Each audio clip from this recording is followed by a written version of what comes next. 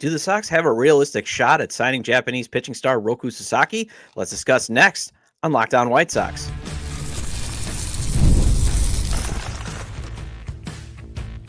You are Locked On White Sox, your daily Chicago White Sox podcast. Part of the Locked On Podcast Network, your team every day. Hello, I'm your host, Todd Welter, a lifelong Sox fan and the site expert of SouthsideShowdown.com, part of the FanSided Network. And also, I've covered Major League Baseball for outlets such as the Associated Press. And thanks for making Locked On White Sox your first listen every day, part of the Locked On Podcast Network, your team every day. And make sure to hit the like button on today's episode. Subscribe to the YouTube channel at Locked On White Sox if you've not done so already. And also follow or subscribe to the show wherever you get your podcasts. Well, White Sox GM Chris Getz said the team is planning on making a presentation to international free agent pitcher Roki Sasaki, and some view it as a, hey, shoot your shot, but there could be legitimate reasons the Sox pull off a stunning signing. Then let's tackle Getz going out and getting all the catchers with his latest acquisition. And then finally, the Sox will now be playing at Rate Field. And on a way back Wednesday, let's discuss some of the best moments at Sox Park. The college football playoff is here, and you don't want to miss a moment of the action. The college football playoff presented by Allstate begins with 4 first-round games, December 20th and 21st on ESPN, ABC, TNT, and Max. Okay, so right off the bat, skepticism of the Sox signing Sasaki is warranted. I mean, why the heck would a premier free agent come to the Sox when he can go to, the Dodgers, the Mets, the Yankees, basically 29 other better run teams? Maybe 28 because the A's, they're still a dumpster fire basically. Although they're spending money because they're afraid of a union, grievance. Maybe the union should file a grievance against the White Sox. Maybe that'll get them to spend on some premier talent. The Dodgers have Ohtani and Yamamoto. They also have the best ownership in baseball. And they also have success of Japanese pitchers transitioning well to the MLB game. He could even sign with the Padres, team him up with fellow countryman Yu Darvish. The Mariners have always had a long lineage with Japanese stars. And also, if he's going to go to Chicago, the Cubs would probably make more sense since they've had recent rave reviews from Darvish and Seiya Suzuki. Although Suzuki's probably not happy with the Cubs right now because, there's talk of them wanting to trade him. And also, the skepticism is warranted because the Sox just don't win bidding wars. And this is not going to be a bidding war of, a lot of money, but this is going to be a bidding war for a minor league international free agent. And everydayers heard me gripe last week that one of the reasons the Sox are just only interested in him is he's cheap relative to the market regarding his talent. I mean, we're talking about the Japanese Paul Skeens here. But that is also, though, I was griping because that's more, again, in the context of when the Sox pursue top talent. And there's actually nothing wrong with wanting to get elite talent that's young on the cheap. There's nothing wrong with it. It's the model, basically, in baseball. It's just, you should also pursue top-tier talent when they're, in their 20s or at least younger than 32. Juan Soto, those types of things. When those guys hit the market. But the skepticism is warranted because the Sox have a history of losing out on these chases. I mean, Manny Machado. Well, we offered him the most money. Yes, you offered him the most money, but you didn't offer him the most guaranteed money. And that's the biggest, when it comes down at the end of the day, that's what players are interested in more. What's the guarantees? But however, as MLB.com Sox beat reporter Scott Merkin and Sports Mockery's shy Sox fan Mike, that's what he goes by. But I think, we can all have our opinions on what the Sports Mockery site is like, but I do think their White Sox coverage is excellent. Bears coverage, not so much. But the Sox do have some things working in their favor that could make this more than just a pipe dream. And I'll get into that shortly. But when you're talking about bonus pool money, first of all, like if you're like, well, the Sox aren't going to outspend him. This is, he's considered an international minor league free agent. So it just comes down to bonus pool money. What are you willing to offer up in your bonus pool? And the Sox are actually on equal footing with all but possibly the Yankees. I think they just added some international free agent money with a deal that they just did with the Red Sox. I think I saw that on Twitter. Dodgers actually have even less money to offer in their international free agency pool. But otherwise, Sox, Cubs, Mets, and Padres, and also sounds like the Blue Jays are in the mix. They all have the $6.261 million of international bonus pool money to play with. So they're all playing on equal footing. Although FutureSox.net's James Fox did tweet out 3 days ago, the Sox have committed $2 million to Cuban prospect Alejandro Cruz. And so when he signs on January 15th, you're down to $4.261 million. But, and I'm not sure what the other market competitors have already promised to their international free agents, because everydayers might have heard James describe the international free agency market a couple months back when we talked about the international scouting department being revamped. It is basically sort of like college recruiting. I mean, a lot of it's like college recruiting, but also then into pro recruiting, because you're dealing with a lot of teenagers and you're trying to figure out how do they project in 10 years. And now that you have to recruit them, and it's more than just money. It's kind of like recruiting them with the NIL, but in this case, you're just handing out a signing bonus. But Sasaki qualifies because he's still 23. I believe you have to be 25 or under, or 26 or older, I believe, to no longer to qualify then just for regular free agency. And in that case, though, it doesn't sound like money is the biggest thing on Sasaki's mind, because he's willing to come over at 23.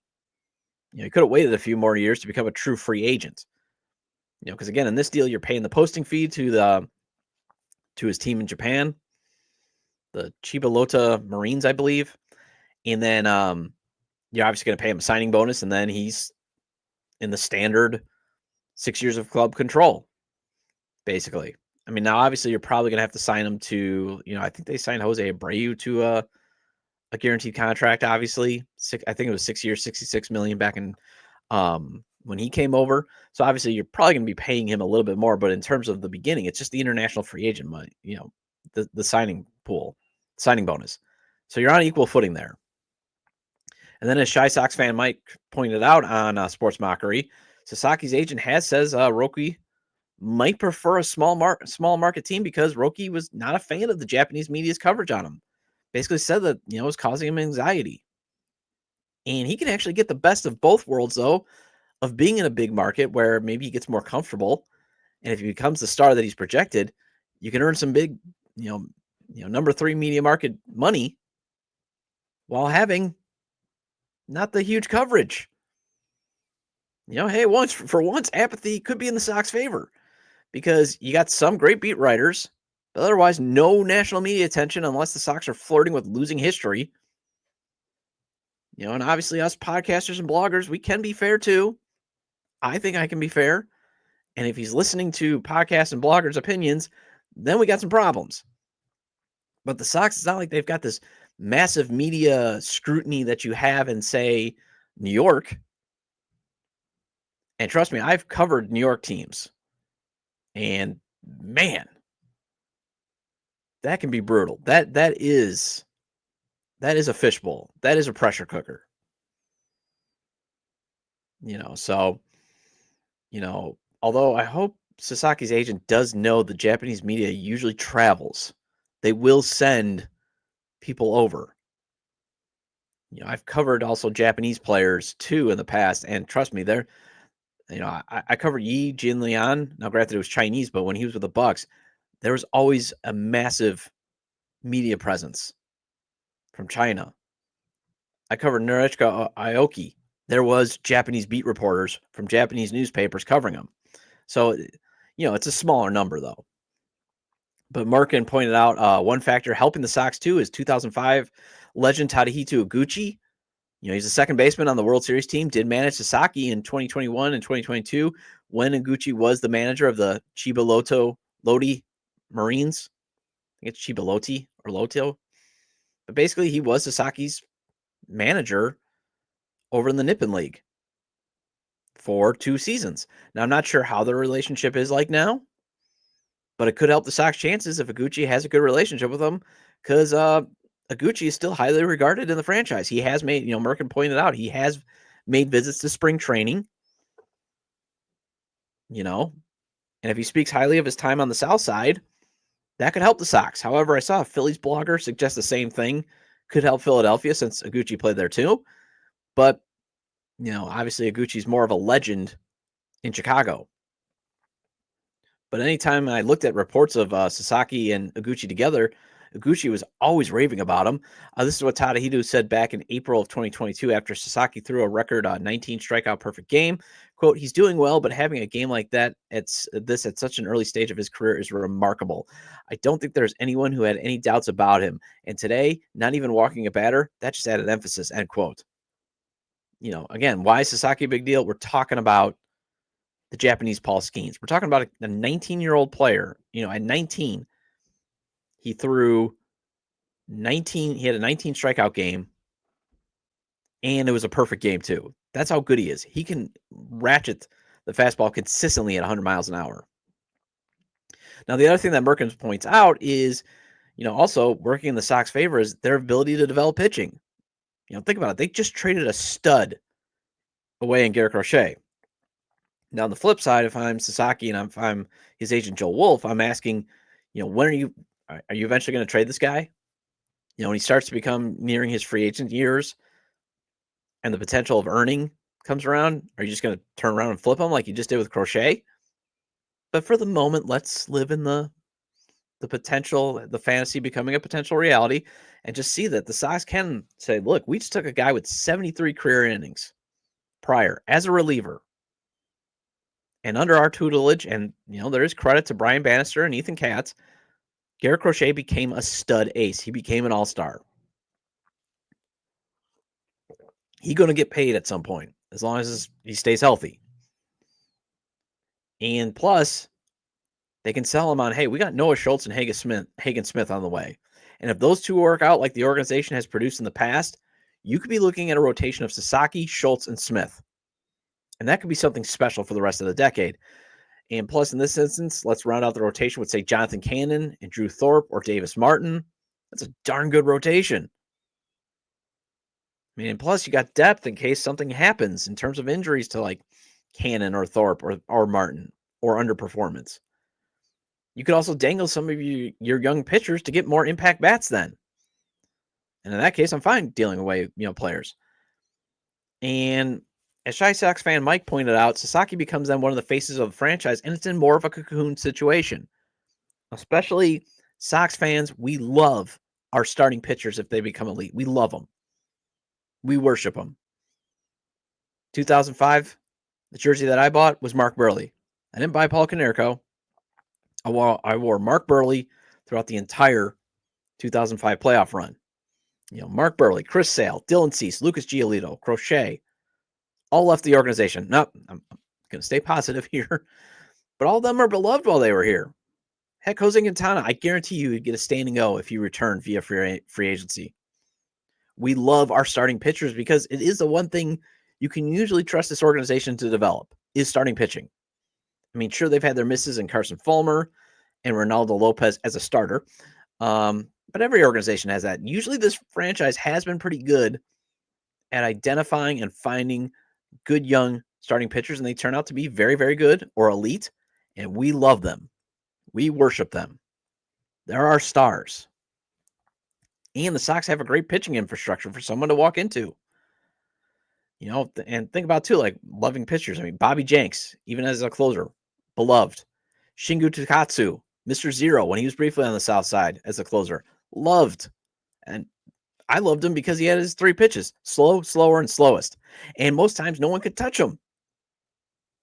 So while the skepticism is earned, writing off the White Sox could also be earned because of the 222 losses in 2 seasons. But saying it's unlikely, even I have to say, well, not so fast. Well, GM Chris Getz wasn't kidding when he said catching is gold, and he just acquired another catcher. I'll discuss why it was actually a good move to bring another catcher in next on Locked On White Sox.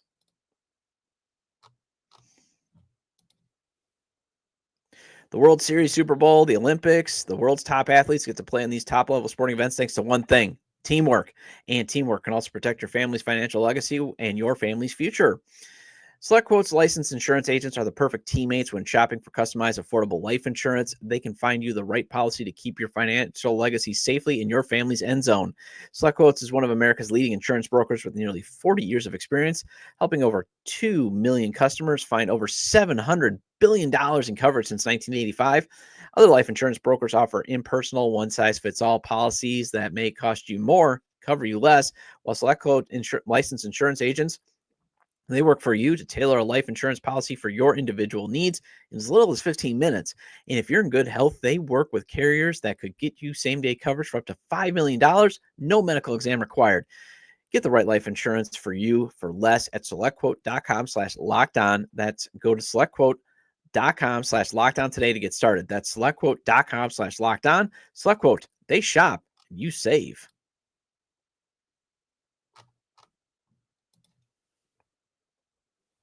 Welcome back to Locked On White Sox. I'm your host, Todd Welter. Again, make sure to hit the like button on today's episode and subscribe to the YouTube channel at Locked On White Sox if you've not done so already. And if you can't get the show on YouTube, Locked On White Sox is available on all major podcast platforms, so make sure to follow or subscribe on places such as Apple or Spotify. Either way, get your 30-minute fix of Chicago White Sox baseball venting with me. So Chris Getz said this offseason, bring me all the catchers. I mean, because he wasn't kidding when he said catching is gold, as he added another catcher with big league experience in a minor deal with the Cubs. Everydayers have heard SoxMachine.com's Josh Nelson on the show a month or two back share that Getz wanted to add a catcher. Well, he went out and got him. Didn't use the free agency market either.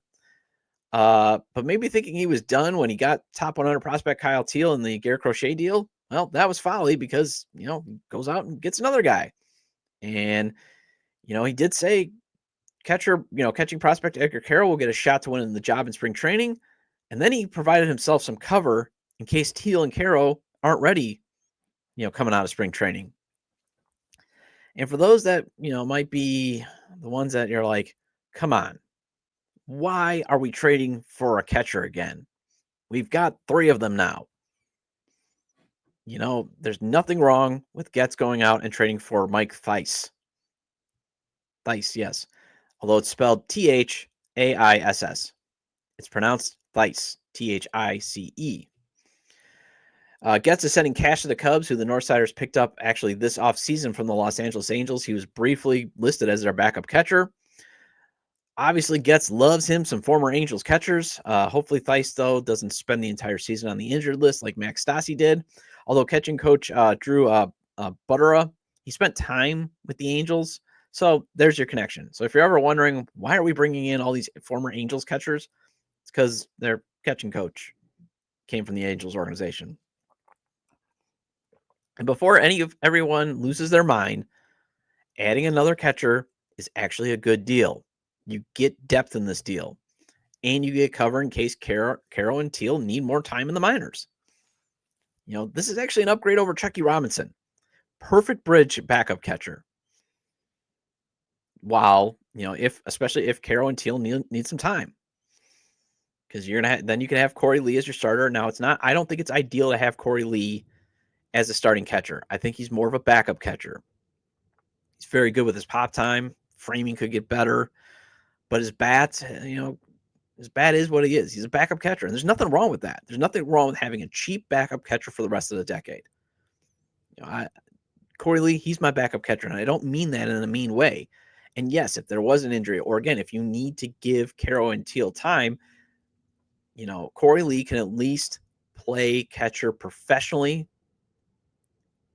as a starter until Carroll and Teel are ready. So I've got no problem with that. I like the catcher situation, but you know what I don't like?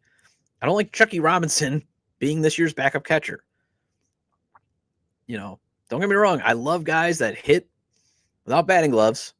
And that's one of the reasons why I love Chucky. But Chucky couldn't hit. Period. End of story. Thaiss, he's at least better. He's a perfect bridge backup catcher, as I said.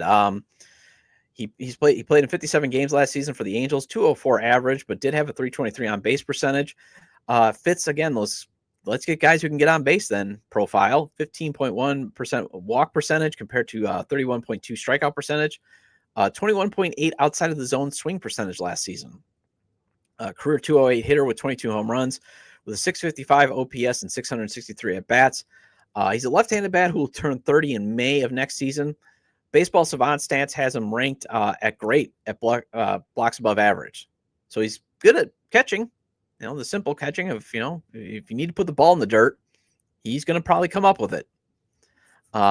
The other 3, though, defensive metrics, caught stealing above average, framing, and pop time, he is rated as poor.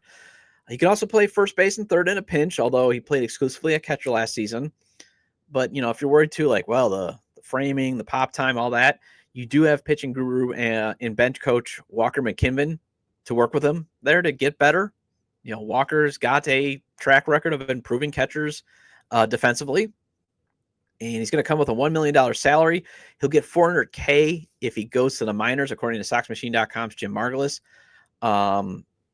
So if Caro and Teal obviously are not ready, this is a clear upgrade over Chucky Robinson and his 129 average and -3 OPS plus. Now, if you don't add him to the big league roster, you'll have to see if he'll accept an assignment because he's out of minor league options. But if he does, say Caro and Teal are ready, and if he does, you've got great catching depth in case there's an injury or in case there's a struggle, because there's going to be ups and downs for Caro and Teal, that type of stuff. Or you can legit see if he can be your backup first baseman. There's some versatility here. It's obviously not a headline-grabbing move, but it shouldn't be this move that they just got another catcher. We got Corey Lee. Trust me, I've seen comments of the people that really, really love Corey Lee, and it's like, guys, he's a backup catcher. Decent replacement level starting catcher. But he's not the reason why you don't try to upgrade the position. So, obviously, if you're mad that the Sox added another catcher, don't. Well, the Sox are named number 4 for the ballpark, and let's discuss on a Way Back Wednesday some of the greatest moments that has happened in the 33-year history of that park. Next on Locked On White Sox.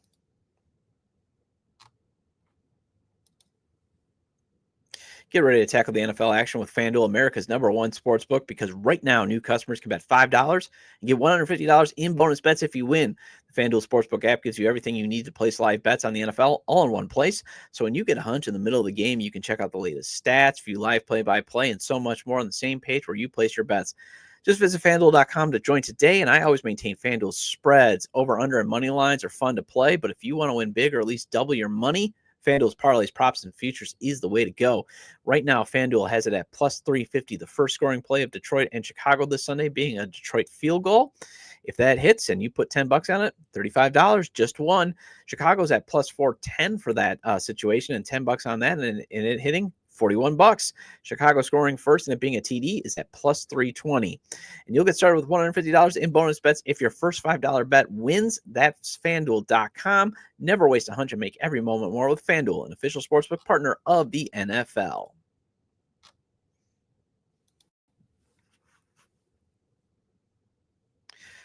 Welcome back to Locked On White Sox. I'm your host, Todd Welter. Again, shout out to all the everydayers. I appreciate your loyalty, and please hit the like button on today's episode. Love the community we're growing on the YouTube page. Also recommend to your fellow Sox fans or baseball fans friends to subscribe to the YouTube channel at Locked On White Sox or wherever they get their podcasts, as this show is available on all major podcast platforms. And if you say you're consuming this on Apple or Spotify, leave a 5-star review if you can. Like I said, I feel like I'm getting way, way better each and every day. Some folks in the beginning left me, those 1-star or whatever, because heaven forbid, I drink some coffee and I'm trying to find my footing here. I was in the podcast game at the very, very beginning when they first came out. Like I'm talking about when iPods came out, left for a little while. Now I'm back in it. Feel like I'm getting my footing. And if you feel the same, really appreciate a 5-star review. So the White Sox announced yesterday that they will no longer be playing at Guaranteed Rate Field. They'll just be called Rate Field. And that's because the company with the naming rights rebranded as Rate. Obviously, I think that makes sense for them to rebrand as Rate. Because if you have Guaranteed Rate and rates are fluctuating, that could leave you open to a class action lawsuit, just speculating. Obviously, they did a great job of rebranding as Rate. Still couldn't convince the company to remove that down arrow on the park logo. I do remember, I believe when they bought the naming rights, they were trying to get them to turn it into a home plate instead of a down. So, hey, it's their logo. They're paying for the naming rights, and the White Sox want to keep cashing the check. So fine. But whatever you're calling the park these days, whether you still call it Comiskey or the Cell or Sox Park, there's been some great moments there, despite 2024 being the host of the worst baseball team of all time. So on a Way Back Wednesday, let's revisit some of those great moments. So right off the bat, though, disqualifying Larry Garcia's 3-run blast in Game 3 of the ALDS in 2021. Sure, it was majestic. And you had Kane Guy going viral. And Game 3 was fantastic in 2021. But that's all it was. It was just one game in one of the most disappointing, what turned out to be one of the most disappointing eras of Chicago White Sox baseball. And honestly, it was not his fault. He became Tony La Russa's boy, but after that ball landed, it was nothing but downhill for Leora Legend and basically for the White Sox in general. He came to represent the awfulness of Tony's managing and also giving him a 3-year deal as a reward for that homer and then being and being a super sub. That's just bad business. So let's get into some of the greatest moments, I think. Clearly, Mark Buehrle's perfect game on July 23rd, 2009 has to rank up as the best. It was literal perfection out there. And you had one of the best catches ever at Rate Field history. With Dwayne Wise, that home run saving catch to keep the perfecto intact. And that was just amazing. Although Scott Merkin on MLB.com, I saw how he ranked stuff. He did that back in 2021. He had that as number 3. How about 2008, Jim Thome's solo shot in Game 163 to clinch the AL Central title? I still think that ball is orbiting Saturn right now. You can't convince me that it didn't land.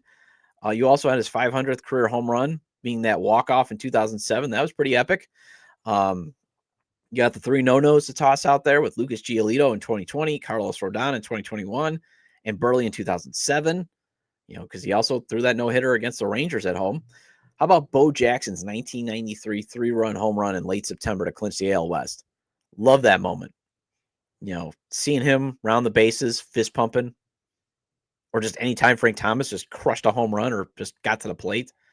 I mean, they had one of the best hitters of all time in Frank Thomas. Then, obviously, you've got the 2005 World Series run, the AJ Noke in Game 2 of the ALCS, or how about Game 1 of the ALDS, where they just absolutely smoked the Boston Red Sox. But that AJ Noke changes the tide of that series, especially with Joe Creedy ripping that RBI hit then. Or how about Michael Barrett punching AJ in the face the next season, which actually made Brzezinski a greater Southside legend? I punched AJ. Paul Konerko's Game 2 Grand Slam in the World Series. And then Scott Pasenik later walking it off. So obviously, hopefully the rate has some better days ahead, at least through 2029, as that's when the lease runs out. And maybe the Sox will still be there after 2029. Still a very viable ballpark. Just develop maybe 1 or 2 of the parking lots to add in some revenue. I don't know. That's my suggestion. But the Sox could also be playing in a new park in the 78 by 2029 or in a different city. Well, that wraps up this edition of Locked On White Sox. Thank you for making Locked On White Sox your first listen today. For your second listen, find Locked On MLB. Baseball guru Sully brings a daily blend of humor and baseball, keeping you updated on every rumor and story throughout the offseason. Find Locked On MLB on YouTube or wherever you're listening to your podcast. I'll be back tomorrow to discuss what else Chris Getz needs to do this offseason. Feel free to leave comments about today's discussion regarding the Sox having a legit shot, maybe, of signing, Japanese star Roki Sasaki. The Sox adding another catcher and a Way Back Wednesday focus on some of the best moments at the rate. You can leave them at the episode page on YouTube, X, formerly Twitter, at Todd J. Dub or at Locked On Sox, or email me at lockedonwhitesox@gmail.com. Have a great day. I will see you tomorrow.